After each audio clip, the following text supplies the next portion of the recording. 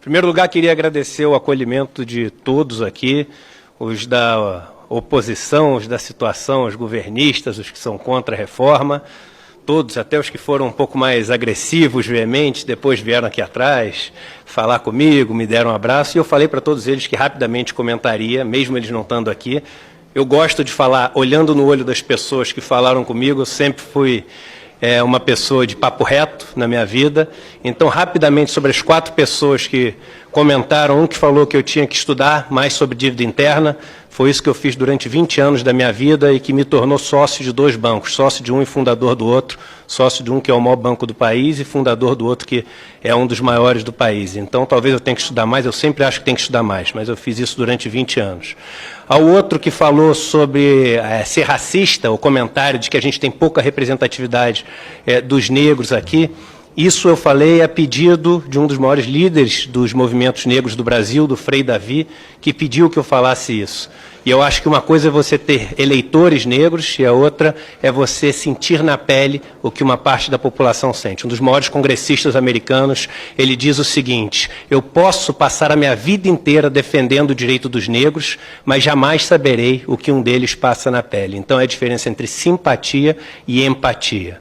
Em relação ao terceiro comentário de eu ser marxista, eu não vou responder, mas eu acho que isso me faz uma figura super heterogênea, né? Um ex-banqueiro marxista, isso me faz uma figura meio diferente.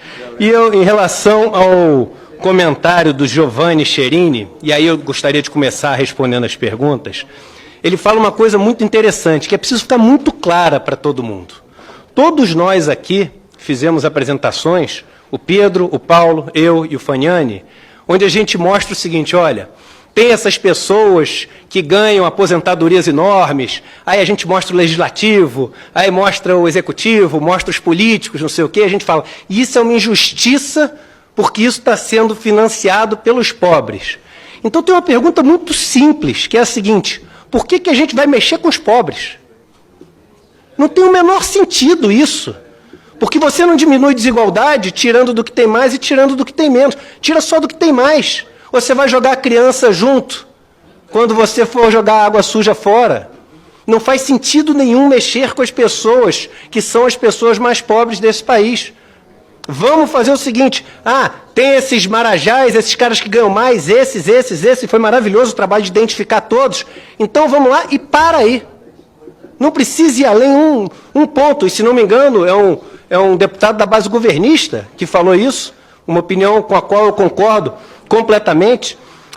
O alarme sobre isso tirar verbas da saúde e da educação, a gente tem que lembrar que são verbas constitucionais e que há muito tempo a gente só gasta o piso.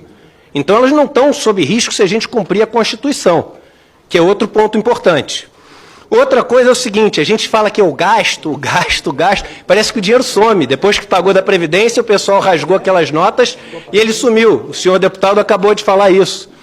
Vale lembrar o seguinte, que o dinheiro da Previdência ele volta com um multiplicador de 1,36 no PIB, o dinheiro pago em juros volta com 0,71, ele freia a economia. E aí só um comentário em relação ao que o professor Paulo Tafner falou: quando a gente mexe na carga tributária, não mexe na carga tributária, mas muda a alocação dos tributos, se você tira tributos de quem paga bens e serviços, isso vira consumo na veia, porque a maior parte das pessoas que pagam isso são os pobres. Eles não poupam. E se você transfere esses tributos para a renda, é um dinheiro que fica parado, poupado, e que não vira consumo. Então, apesar de você não mudar a carga tributária, você muda o consumo, e o consumo é responsável por 2/3 do PIB no Brasil.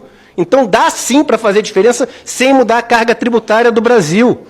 A gente tem que ficar atento em relação à produtividade, porque o mundo está vivendo uma mudança de produtividade, o Brasil ficou para trás, mas vai mudar agora também, porque as máquinas, os softwares, os algoritmos, os sistemas, eles estão tomando os trabalhos das pessoas, e uma pessoa consegue produzir muito mais. Só que esse dinheiro não está indo para a renda. Desde 1980, nos Estados Unidos, um estudo mostra que, apesar da produtividade ter explodido, a renda per capita das pessoas que trabalham sem cargos de gerência na produção não mudou absolutamente nada. Isso foi tudo para o lucro das pessoas que são as donas, que eu não posso usar mais o dono dos meios de produção, senão vamos chamar de marxista, mas o dono das empresas. Os donos dos bancos, aliás, é engraçado, que reclamou que eu falei que os meios de produção são concentrados e depois reclamou que os bancos são concentrados no Brasil. Ou seja, falou a mesma coisa que eu. Então, é o seguinte, a gente tem que entender, gente, que essa proposta, do jeito que está, ela não faz a vida de nenhum brasileiro melhor na questão previdenciária depois do que antes. Ninguém sai ganhando. Isso é importante ficar muito claro. Porque muitas pessoas que são mais pobres no Brasil, elas estão achando que a situação delas vai melhorar. E não melhora nem para aqueles que a alíquota baixa, porque ele tem que contribuir por mais 5 anos. Isso tem que ficar claro como água para todo mundo. E aí, se tomarem a decisão de mesmo assim ir, tem que ficar muito claro que, olha, decidimos jogar fora o bebê junto com a água. Por quê? Porque nós damos mais importância à questão fiscal do que essa questão da Previdência. E vamos lembrar que o dinheiro pago pela Previdência, ele vale como um dinheiro de saúde, porque o dinheiro que essas pessoas ganham, elas usam para comprar remédios. Eles valem como educação, porque o dinheiro que essas pessoas usam, eles usam para comprar livros, comprar material escolar. Quando o amigo, o Marcel, do Novo, que veio aqui falar comigo, no final, não, o do Novo era o outro, eu esqueço o nome dele, peço perdão. É Marcel, mas era o outro do Novo, sem ser o Marcel, o Tiago. O Tiago fala assim, mas a renda, o corte per capita. Gente, eu fiz esse ano, eu nasci e vivi dentro de uma bolha, como a maior parte de nós nasceu e viveu dentro de uma bolha. Esse ano eu resolvi fazer uma experiência de ir morar um mês numa comunidade absolutamente carente no interior do Brasil, morando debaixo de lona, morando em teto sem forro, indo trabalhar com eles, dormindo com eles. E quando você vê uma pessoa com 58 anos de idade, você acha que ela tem 80. É uma loucura, é outro mundo. E aí você tem outro ponto que é importante, Frota, eu queria que as pessoas levassem isso de coração, porque eu falo de coração, você não pode comparar os R$100 que você corta do rico com R$100 que você corta do pobre. Existe um conceito em economia que chama-se Decreasing Marginal Utility, ou seja, a utilidade marginal das coisas vai decrescendo. Os primeiros R$100 ele tem valor infinito para uma pessoa pobre. Ele faz a diferença entre viver e morrer, e não faz para uma pessoa rica. Então você não pode comparar a economia de um com a economia do outro, porque qualquer coisa que você tira do pobre faz toda a diferença. Eu acho que a gente deveria fazer, eu acho até irresponsável eu propor qual seria a minha reforma. Um lobo solitário que não tem equipe, que não é patrocinado, que paga as suas viagens, que paga tudo. Eu não sou consultor de ninguém, mas se eu tivesse que opinar, eu acho que é o seguinte, a gente não deveria mexer nada nos pobres. Se quer acabar com o tempo de contribuição, ok, mas a gente tem que fazer o seguinte, acaba com o tempo de contribuição, mas faz com que as pessoas que cumpriram os 35 anos... e tem uma média de salário de pelo menos um salário mínimo, que elas possam antecipar. Faz com que as pessoas que cumpriram os 35 anos, mas estão desempregadas há mais de 3 anos, porque a gente vai ter um contingente enorme de pessoas desempregadas por causa das novas tecnologias, que elas possam antecipar com o fator previdenciário, e sejam punidos atuarialmente, mas que tenham alguma fonte de sobrevivência. Vamos lembrar dos pilares. O primeiro pilar, o universal, ele é feito para a gente sobreviver. O segundo pilar, o contributivo, é feito para a gente manter o poder que a gente tinha aquisitivo. E no Brasil a gente diz que ele é alto porque o salário é baixo. Os outros países que têm reposição alta são quem? Índia, Indonésia, China, Turquia. Esses países são países que são privilegiados? Não são. É claro, a Holanda também tem, pelo motivo bom. Nós não temos pelo motivo bom, nós temos pelo motivo ruim.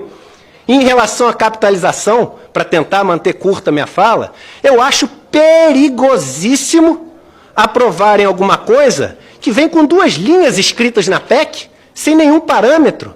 Vai ter um fundo solidário de um salário mínimo. Um fundo como? Quem é que vai financiar? Quem vai poder ganhar um salário mínimo?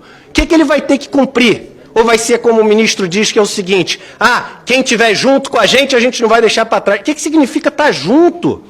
Isso não pode ser feito assim, e a capitalização ela ainda tem um problema, quando ela vem pura, que é o seguinte, ela magnifica, ela potencializa as desigualdades de antes. Veja o exemplo da mulher, por exemplo. Uma mulher ela tem uma carreira mais curta, porque ela também é mãe, ela tem um salário mais baixo, porque isso é um dado oficial, um salário muito mais baixo que o homem, e ela vive mais. Quando você faz o regime de capitalização e joga só a ciência atuarial ali, Ela, que já vive uma vida laboral muito prejudicada, ela se aposenta recebendo muito menos pelo regime de capitalização. E no Brasil tem um problema, Pedro, que é o seguinte, termino aqui, finalizo aqui. Pedro, tem um problema que a troca do regime de repartição pelo regime de capitalização requer que você levante esse dinheiro no começo, porque você tem que pagar as pessoas que estão se aposentando e não está mais recebendo das outras. O que você tem que fazer para poder pagar isso? Você tem que emitir dívida. E aí é o seguinte, a gente está comparando o Brasil com os outros países que tiveram custos de troca muito maior do que imaginavam, esquecendo que nós temos a dívida mais cara do mundo. O nosso vai ser muito maior do que os outros, e ninguém está levando isso em consideração. Então, finalizando aqui a minha fala, eu digo o seguinte, que não mexamos em nada com as pessoas mais pobres, que combatamos os privilégios, que sejamos mais ainda rigorosos do que o governo, em vez de cobrar uma alíquota acima dos 39 mil de 22, não sei quantos %, que a gente não permita que ninguém ganhe acima do teto constitucional, que vai fazer uma economia muito maior, e que se a gente resolver acabar com o tempo de contribuição, que a gente acabe, porque realmente hoje em dia existem muitas pessoas que têm 55, 60 anos de idade e têm capacidade de trabalhar e deveriam continuar trabalhando. Mas existe também um Brasil que a maioria de nós, infelizmente, não conhece. E essas pessoas, depois de trabalharem 35 anos, quando conseguem, são pessoas que passaram o prazo de validade, passaram a sua garantia e que hoje deveriam receber de volta o mínimo de dignidade para poder sobreviver na sua velhice. É isso que eu tinha para falar. Obrigado.